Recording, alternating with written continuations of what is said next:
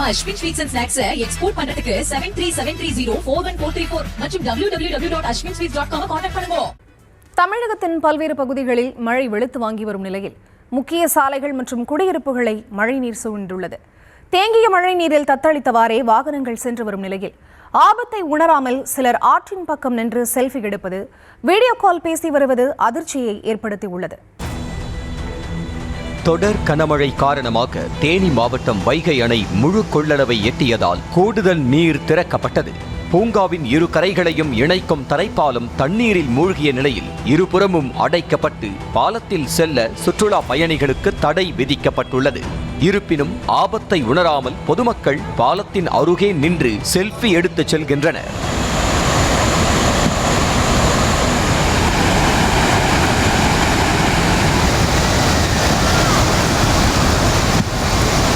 ராமேஸ்வரம் பாம்பன் நடுத்தெரு பகுதியில் குடியிருப்புகளை சுற்றியும் மழைநீர் குளம் போல் தேங்கி கிடக்கிறது.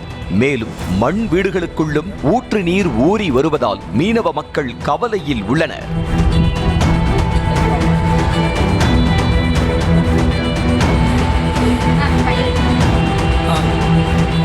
விழுப்புரம் மாவட்டம் கோட்டக்குப்பம் கிழக்கு கடற்கரை சாலை மற்றும் நகரத்தின் முக்கிய சாலைகளில் மழைநீர் தேங்கி நிற்பதால் வாகன ஓட்டிகள் அவதியடைந்துள்ளனர். மேலும் மழைநீருடன் கழிவு நீரும் கலந்துள்ளதால் சுகாதார சீர்கேடு ஏற்படும் சூழல் உருவாக்கியுள்ளது.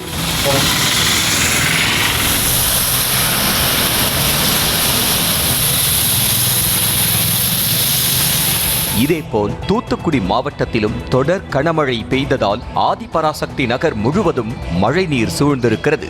இந்த மழைநீரில் அதிக அளவில் பூச்சிகள் உள்ளதால் தோல் நோய் ஏற்படும் அபாயம் உள்ளதாக பொதுமக்கள் குற்றம் சாட்டுகின்றனர்.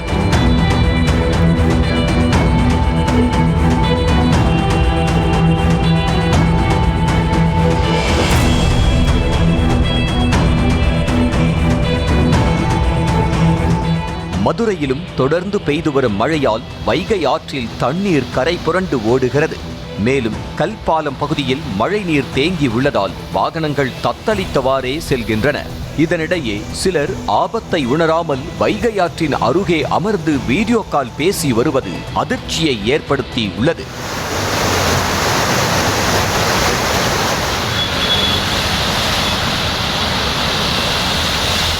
நம்ம Ashwin sweets and snacks export பண்றதுக்கு 7373041434 மற்றும் www.ashwinsweets.com கான்டாக்ட் பண்ணுங்க.